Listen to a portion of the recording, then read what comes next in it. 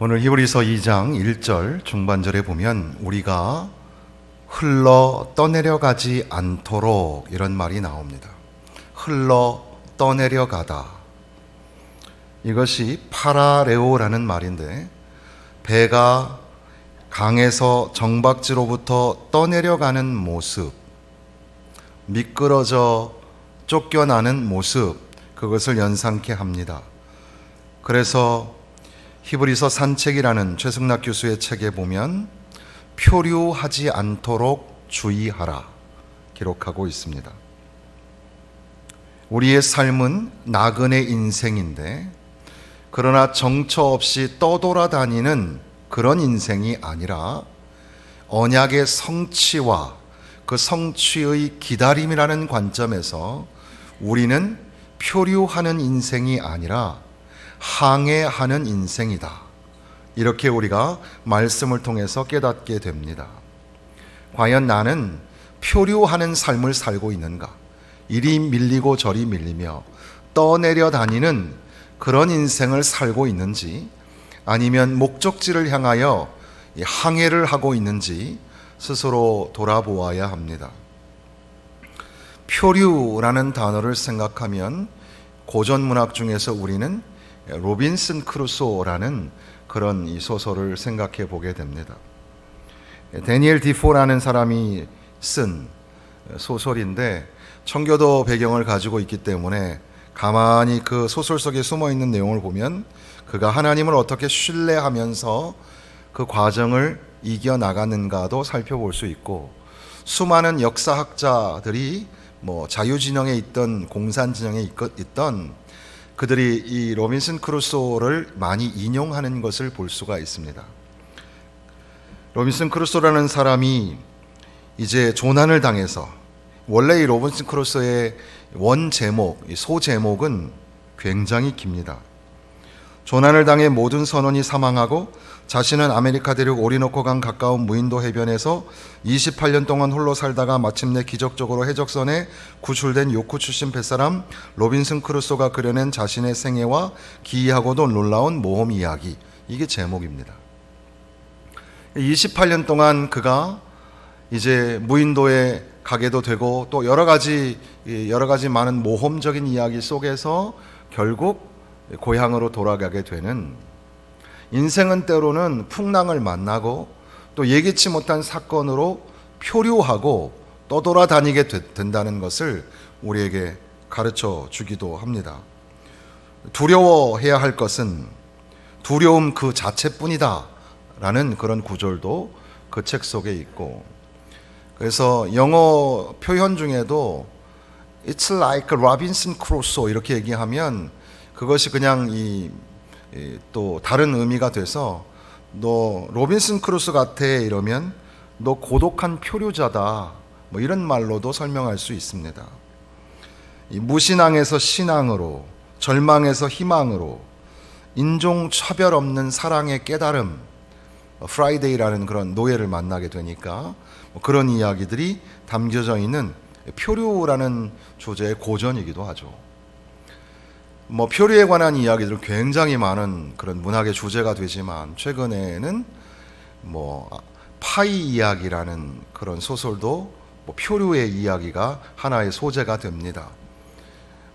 내용 속에 보면 여객선을 타고 가다가 그 여객선이 난파하게 되는데, 거기에 이 동물원을 옮기는 중이었기 때문에 동물들도 같이 이렇게 빠지게 되고, 거기에 이제 이 주인공이 이제 파젤이라는 별명을 가진 주인공이 이제 구명보트에 타게 되고, 우여곡절 속에 얼룩말도 타고 오랑우탕, 하이에나, 그리고 호랑이가 타게 되는 이야기.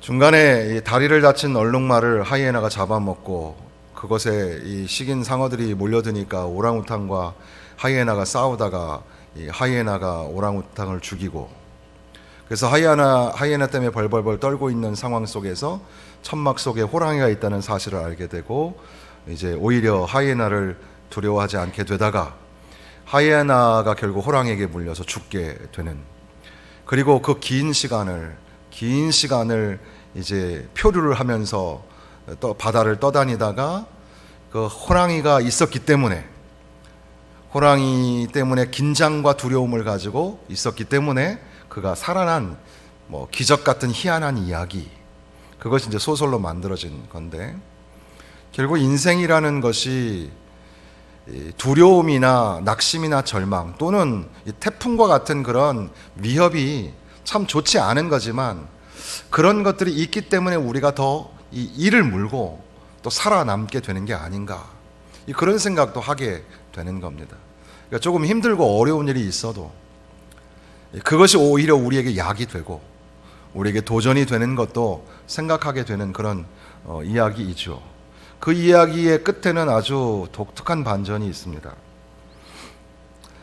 일본 사람들이 와서 그것을 조사하다가 그 주인공의 이야기를 듣다가 너무 허황된 이야기다, 동물 이야기 빼고 좀 진짜 인간적인 이야기를 해봐라 그랬더니, 그러면 얘기를 좀 바꿔보겠다고 난파된 여객선에서 구명보트를 타게 됐고, 그 안에는 요리사와 엄마와 또 어떤 선원이 탔고, 그런 중에 다리를 다친 선원을 요리사는 다리를 잘라서 이제 봉해야 된다고 얘기하고, 결국 사실은 그 다리를 자르는 것이 문제가 아니라 사람 고기를 먹으려고 했던, 결국 그 같이 타고 있던 어머니가 그걸 막 뭐라 했더니 요리사가 어머니를 죽이게 되고, 결국에는 그 요리사를 죽여버리고 나중에 버리려고 했던 그 사람의 시신의 인육고기를 먹으면서 내가 버텼다, 이런 소설 얘기를 딱 하니까 마지막에 깜짝 놀래죠, 사람들이. 자, 그러면 앞서 한 이야기가 맞는지 뒷이야기가 진실인지 어떤 게 진짜 같습니까? 라면서 이 소설은 끝나게 됩니다.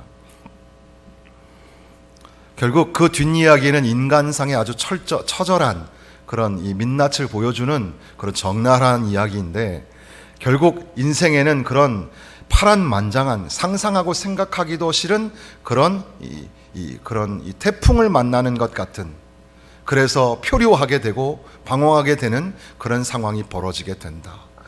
우리가 어떻게 살아야 할까, 이런 것들을 돌아보게 됩니다.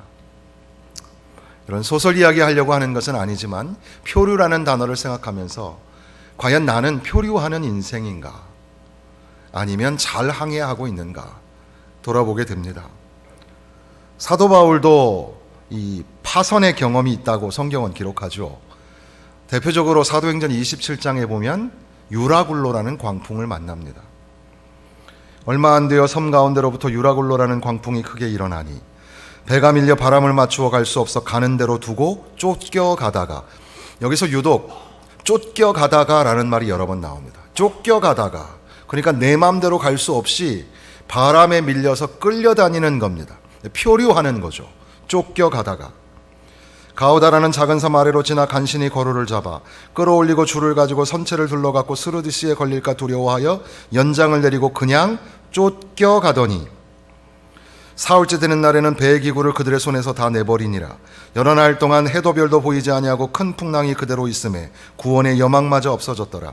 열나흘째 되는 날 밤에 우리가 아드리아 바다에서 이리저리 쫓겨가다가, 이게 쫓겨가는 선교와 전도의 여행 속에서 파선하여 이리저리 쫓겨가는 신세가 된 경험이 있죠.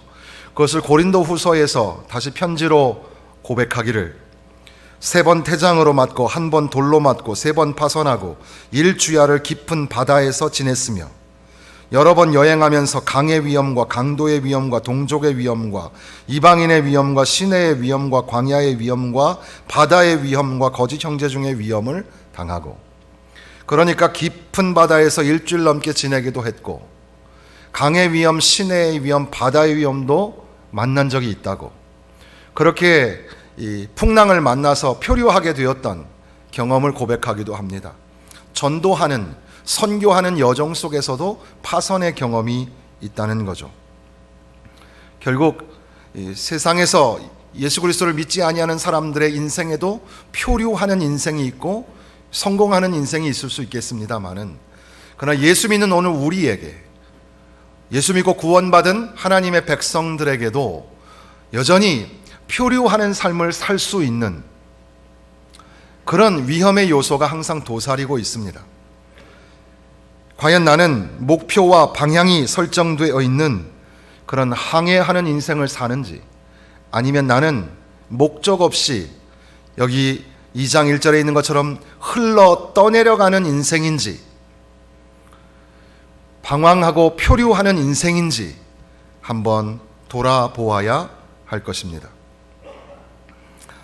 이렇게 우리가 흘러 떠내려가지 않도록 함이 마땅하다. 그러니까 히브리서에는 대략 6번 정도의 권면이 나오는데, 그 중에 첫 번째, 흘러 떠내려가지 마라, 표류하지 마라, 이렇게 말씀하시는 겁니다. 그러면서 2장 2절에 보면 천사들을 통하여 하신 말씀이, 사실 이 첫 번째 권면의 앞뒤에는 천사 이야기가 나옵니다. 천사들은 탁월한 존재이지요. 천사들은 사람보다 높은 것 같기도 하고 실력이, 재능이 있는 것 같고, 그럼에도 불구하고 히브리서 기자는 하나님의 아들이신 예수 그리스도와 천사는 비교할 수가 없는 거다. 그리고 너희 인간도 마찬가지로 천사들은 이 인간을 섬기게 하는 존재로 부르심을 받았다. 그런데 천사 숭배를 하고 있으니 웬 말이냐. 천사를 숭배하는 시대, 천사가 아무리 존귀한 존재라도 아들이신 예수 그리스도랑은 비교할 수 없다는 이야기입니다. 그러니까 히브리서 전반부, 그리고 히브리서의 아주 중요한 주제 중에 하나는 탁월하신 예수 그리스도인데, 여기서 말하는 탁월함이라는 것은 다른 것과 비교할 수 없다, 비교할 상대가 없다는 뜻입니다. 그래서 첫 번째는 천사들하고 비교할 수 없다. 천사가 아무리 높아도, 요즘에 최근에 방영이 끝났던 그 의사 요한인가 거기에도 보면 이 케루빔, 세라핌이라는 그런 약 이름이 이제 존엄사를 이제 끌어내기 위한 그런 주제겠는데, 그런 약 이름에 나오는 세라핌이나 케루빔 이런 것들이 천사 이름입니다. 그래서 천사에도 계급이 있고 등급이 있고, 높은 천사, 우리가 알고 있는 가브리엘이나 미가엘이나 그런 천사들 등등, 유대인들에게 있어서는 천사가 하나의 숭배의 대상이었던 겁니다. 그럴 때에 아무리 천사가 그렇게 높은 존재라 하더라도 예수 그리스도, 하나님의 아들이신 예수 그리스도랑은 비교할 수 없다는 겁니다. 그리고 이제 2장 3장에는 모세와 예수님과는 비교할 수가 없다는 겁니다. 모세는 이스라엘의 영도자, 건국 창시자입니다. 그래서 모세는 살아있는 인물이면서 동시에 전설적인 인물에 해당이 됩니다. 우리나라에도 건국 신화가 있죠. 그래서 그 사람이 사람인지 신인지 모르는 이야기들이 있습니다. 일본 같은 나라도 여신에 의해서 그 나라가 세워졌다 그래서 신궁 중에서 가장 높은 신궁이 여신의 신궁이죠. 그 신궁을 모시려고 남산에다가 신궁을 지었던 겁니다. 지금은 그 터도 없어진 그런 모양이지만, 케이블카 있는 그 즈음에. 또 영웅 신화들도 있어서, 그래서 우리나라 같으면 세종대왕이라든지 이순신 장군을 모시는 신당이 있죠.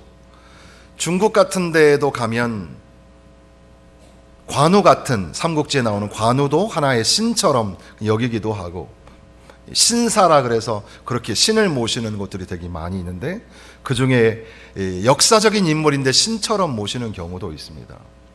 그런 사람들 중에 최고가 모세인데, 모세하고 예수님하고는 비교 대상이 안 된다.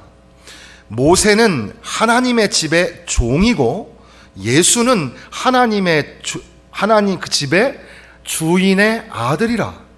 어떻게 종하고 아들하고 비교가 되겠느냐. 아무리 높은 존재일지라도 예수님하고는 비교할 수 없다. 세상에서는 4대 성자라 그래서 석가모니, 공자, 소크라테스, 그리고 예수. 어떤 사람은 헤겔이라는 철학자가 말했다고 하기도 하고, 또 많은 사람들이 그것을 언급을 했죠. 그래서 기독교의 예수도 전 세계에서 역사상 가장 위대한 4대 인물 중 한 명이 되는 거야. 이래서 예수님을 높여준 것처럼 생각하지만 이것은 엄청난 착각이죠. 하나님의 아들이신 창조자이시며 길이요 진리요 유일한 생명이 되시는 예수 그리스도는 세상의 성자의 반열에 있는 사람들과 비교할 수 없습니다. 그리고 나서 예수 그리스도, 하나님의 아들이신 예수 그리스도는 아론의 반차를 쫓은 제사장, 당시의 유대인들은 하나님 앞에 직접 나아갈 수 없었기 때문에 그 사이에 제사장이 수종을 들었습니다. 그러니까 제사장의 위치가 굉장히 독특하면서도 아름다운, 흠모할 만한 자리였습니다. 그러니까 제사장들이 굉장히 존경을 받고 숭배를 받던 시대. 그래서 아론, 그러니까 레위 지파의 자손들이 이 제사장들이 되는데, 예수님의 제사장 직분은 그런 아론의 반차, 인간의 서열을 따른 제사장이 아니라 근원도 없고 출발지도 알 수 없는 멜기세덱의 반차를 쫓은 하늘로부터 내려오신 큰 대제사장이시며, 유대인들이 제사장들이 드렸던 수천만 번의 제사, 그런 제사가 아니라 예수님이 십자가상에서 피 흘려주셨던 십자가의 희생의 제사는 단회적이면서도 전 모든 세상 사람들을 구원하시는 영원하신 제사가 되었다는, 그래서 모든 제사는 모형과 그림자라 그런 제사와 주님의 십자가는 비교할 수 없는 것처럼 모든 제사장들과 대제사장이신 예수 그리스도는 비교의 대상이 안 된다는, 곧 예수 그리스도는 탁월하신 분이시다, 이것을 선포하고 있는 겁니다. 그런 가운데에 2절에 천사들을 통하여 하신 말씀이, 천사들은 귀한 생명의 말씀을 전했는데 그것을 보통 유대인들은 구약 성경을 천사들이 말씀하셨다고 생각했습니다. 구약 성경의 중심인 율법, 이것이 천사들을 통해서 우리에게 주어진 바 되었는데 이 말씀이 견고하게 되어, 그러니까 스스로 권위와 능력을 가지고 있는 말씀이 되어서, 그래서 범죄함이나 순종하지 아니함이나 이런 모든 일들이 나타나면 그것에 반드시 보응을 받게 되는, 그렇게 율법에 권위가 있는 말씀이라는 거죠. 천사들을 통해서 주어진 이 말씀도 보응의 권위를 갖는데, 하물며 3절에 보면 우리가 이같이 큰 구원을 등한히 여기면 어찌 그 보응을 피하리요. 큰 구원의 역사를 이루신 예수 그리스도, 생명의 말씀이신 예수 그리스도, 구약의 모든 그림자와 모형이 예수 그리스도를 설명하고 있는데, 그 구약의 말씀 자체로도 권위와 능력을 가져서 그 말씀을 듣고 청종하면 복을 받고, 신명기 28장에 보면 우리가 좋아하는 말씀들이 한 17절 정도 나오죠. 광주리가 복을 받고, 창고가 복을 받고, 자식들이 복을 받고, 머리가 되고 꼬리가 되지 아니하고 등등, 우리가 그 말씀 좋아합니다. 그런데 60절이 넘는 그 본문의 28장의 말씀에 3분의 2가 저주의 말씀이라는 사실을 우리가 알아야 합니다. 하나님의 말씀을 청종하면 그와 같은 복을 받지만, 하나님의 말씀을 듣지 아니하고 순종하지 아니하며 하나님을 떠나고 우상을 숭배하는 자들은 반드시 무서운 징계와 심판과 저주가 있을 것이라. 그런 구약의 말씀들도 그런 어미하신 권위 속에서 보응이 있는데, 그거하고는 비교할 수 없는 예수 그리스도의 생명의 복음의 말씀이 우리에게 주어졌는데도 불구하고 우리가 그것을 등한히 여긴다면 우리에게 보응이 없겠느냐? 큰 구원이라 그랬습니다. 큰 구원, 주님의 구원을 우리가 큰 구원으로 고백할 수 있는 믿음이 있으시기를 바랍니다. 크다라고 하는 말, 그래서 유럽 사람들은 크다라는 말을 굉장히 잘하죠. 영어에서도 amazing 이런 말보다 더 큰 말 할 때 marvelous, 영국 영어회화 보면 marvelous라는 말이 되게 많이 나와. 유럽에 있는 큰 그런 교회들 보십시오. 엄청나게. 그러니까 그 교회를 100년, 200년 지어가다가 수많은 사람들이 죽기도 하고 그런 웅장한 그런 자태를 뽐내는 그런 건물들을 볼 때, 건축물들을 볼 때 marvelous 하죠. 엄청 크다, 놀랍다, 이런 말입니다. 또한 미켈란젤로나 다빈치 같은 사람들이 그렸던 그림들, 이 공중의 돔 위에다가 그려냈던 그림들을 보면 그 돔에 매달려서 그림을 그리다가 허리가 다 부러지고 팔다리가 다 못쓰게 될 정도로 그렇게 해서 그려낸 그림들, 마치 영혼을 불어넣은 것 같은 그런 것들을 볼 때 엄청나다, 이런 말을 하죠. 대자연을 바라볼 때 나이아가라 폭포 같은 그런 폭포를 볼 때 그 가까이서 가보면 웅장함을 느낄 거 아닙니까? 태풍이 불어올 때 이 대만에서부터 이 황해도까지 올라오는 이 태풍이 보통 내륙으로 들어오기 시작하면 좀 작아져야 되는데 인공위성 사진을 보니까 그 태풍의 눈이 또렷해가지고 무시무시할 정도로 강하게 해서 태풍이 올라오는, 이야 신기하다, 어떻게 이런 일이 있을까. 그 대자연 속에서도 하나님의 큰 능력들을 보게 되는데, 마찬가지로 우리가 지금 품고 소유하고 살아가는 이 구원은 하나님의 놀라우신 은혜라는 사실을 잊지 말아야 합니다. 날마다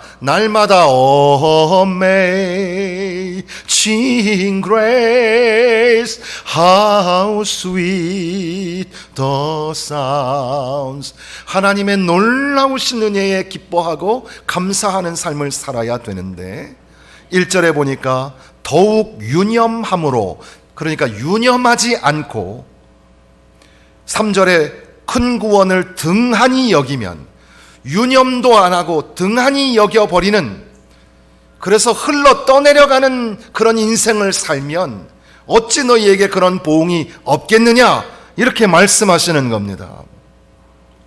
이 생명의 말씀은 어떻게 우리에게 전해졌습니까? 처음에 주로 말씀하신 바요, 복음이 선포되었습니다. 그것은 이제 들은 자들이 우리에게 확증한 바니, 복음이 어떻게 우리 안에 믿음으로 채워집니까? 들어야 믿음이 되는 겁니다. 전하는 자가 필요하고 들어야 되는 겁니다. 주일학교 선생님들이 복음을 전해야 하고 전도자가 생명의 말씀을 전해야 합니다. 입 다물고 있어서 되는 게 아니에요. 여러분, 그냥 조용히 입 다물고 화목한 게 좋은 게 아니라 예수 믿고 구원받아야 돼. 예수님이 우리를 위해서 십자가에서 피 흘려 주셨어. 이것을 어떻게든지 어떤 방도로든지 가르치고 전해야 합니다. 그것이 오늘 우리의 삶이요, 우리의 간증이요, 우리의 노래죠. 이것이 나의 간증이요, 이것이 나의 찬송일세. 우리가 생명의 말씀을 전할 때 그 들려진 말씀이 이제 사람들에게 전파되고 그 말씀을 들어서 확증하게 되고, 그리고 또한 4절에는 하나님도 표적들과 기사들과 여러 가지 능력과 자기의 뜻을 따라 특별히 성령으로 나누어 주신 것으로서 그들과 함께 증언하였느니라. 성령이 우리 가운데 임하셔서 성령이 충만하게 역사하셔서 생명의 말씀을 깨닫게 하시고 큰 구원에 감사하고 감격하게 하시는 줄로 믿습니다. 성령이 충만하시기를 바랍니다. 말씀이 충만하시기를 바랍니다. 그러니까 성령이 충만한 건 그저 감정적으로 막 격하고 뜨거운 것만이 아니라, 성령이 충만한 것은 생명의 복음, 예수의 복음이 우리 마음속에 풍성하게 채워지는 것인 줄로 믿습니다. 예수를 가슴에 새기고 예수님을 바라보면서 예수님을 붙잡으면서 성령의 역사를 따라서 무릎을 치며 깨달으며 감사하며 찬양하며 살아가야 되는데, 하나님도 버리고 믿음도 버리고 이리저리 세상 풍조에 끌려다니면서 흘러다니고 표류하는 인생이 된 건 아닙니까? 이리저리 쫓겨다니는 인생이 된 건 아닙니까? 이 말씀을 조금 더 확대해서 생각해 보면, 이 본문의 문맥과 직접적인 결론이 되지 않아도 조금 더 넓게 생각해 보면, 존 파이퍼 목사님의 Don't Waste Your Life라는 책이 있습니다. 삶을 낭비하지 마라, 인생을 허비하지 마라, 이런 책이 되겠는데, 그 책의 시작에는 존 파이퍼 목사님이 지금은 노인이시지만 어린 시절의 기억에서부터 시작합니다. 어린 시절에 예배당에 아주 오랫동안 복음의 말씀을 들어도 교회에 나오지 않던 분이 계셨는데, 그분이 이제 노인이 되어서, 할아버지가 되어서 갑자기 어느 날 이제 교회에 찾아오시게 되고 예배를 드리게 되었고, 당신 아버지와 옆에 나란히 앉아서 예배를 드리게 되는 그림을 연상하는 겁니다. 그러면서 그 노인이 계속해서 하는 말이 귀에 울려왔는데, 그 말은 주름진 얼굴에서 하염없이 눈물을 흘리면서 한 그 말은 헛살았어요, 여태 헛살았어요 하는 말이었습니다. 우리가 지금 50을 살고 또 100살을 살고 있는 중에 있지만, 여러분 인생이 과연 하나님이 기뻐하시는 삶을 살고 있는지, 아니면 헛살았어 하는 인생을 살고 있는지. 그러면서 어린 시절 6살 때부터 18살 대학교 들어갈 때까지 그 집 부엌에 걸려있던 액자에 글귀를 기억하였는데, 그 글귀는 한 번뿐인 인생 곧 지나가리라, 오직 그리스도를 위해 한 일만 영원하리라. 40년이 지나고 50년이 지나서도 이 말씀이 기억나게 되었다고 합니다. 그러면서 그 책에 여러 가지 우리가 시간을 낭비하지 말아야 될 이유와 방법을 설명한 후에 도전의 이야기, 도전의 예화를 남겼는데, 두 사람들의 이야기가 극명하게 표류하는 인생인지 항해하는 인생인지를 보여준다는 겁니다. 2000년 4월 루비 엘리엇슨과 로라 에드워즈가 서부 아프리카의 카메룬에서 죽게 되었다. 루비는 80이 넘었고 평생 독신이었고 한 가지 큰일에 온 생을 쏟아부었다. 이 사람은 복음을 듣지 못하는 사람들, 가난한 사람들, 병든 사람들에게 예수 그리스도를 전하는 일이었다. 또 로라는 80을 바라보는 미망인이자 의사로 카메룬에서 루비를 도왔다. 이 두 사람이 브레이크가 파열되고 그로 인하여 자동차가 절벽 아래로 추락하면서 그 자리에서 죽게 되었다. 반면에 리더스 다이제스트에 나왔던 이야기를 인용하면서 5년 전에 북동부에서 59세와 51세로 일찍 은퇴한 부부가 있었다. 이들은 지금 플로리다 펀다고다에 살며 9m짜리 트롤선을 타고 다니며 조개 껍질을 모은다. 그러면서 도전하기를, 여러분, 우리의 인생이 좋은 집, 좋은 차, 좋은 직장, 좋은 가족, 즐거운 은퇴, 조개 껍질 컬렉션, 그래서 조개 껍질이나 모으면서 소프트볼이나 치면서 인생을 마무리하라고 하나님이 우리에게 주셨을까요?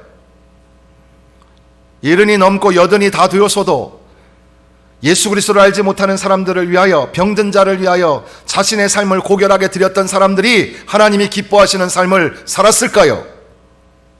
어떤 사람이 표류하지 않는 인생을 살았을까요? 우리의 삶을 낭비하지 말아야 합니다. 더 이상 표류하는 인생이 되지 말아야 합니다. 흘러 떠내려 가지 마라. 표류하지 마라.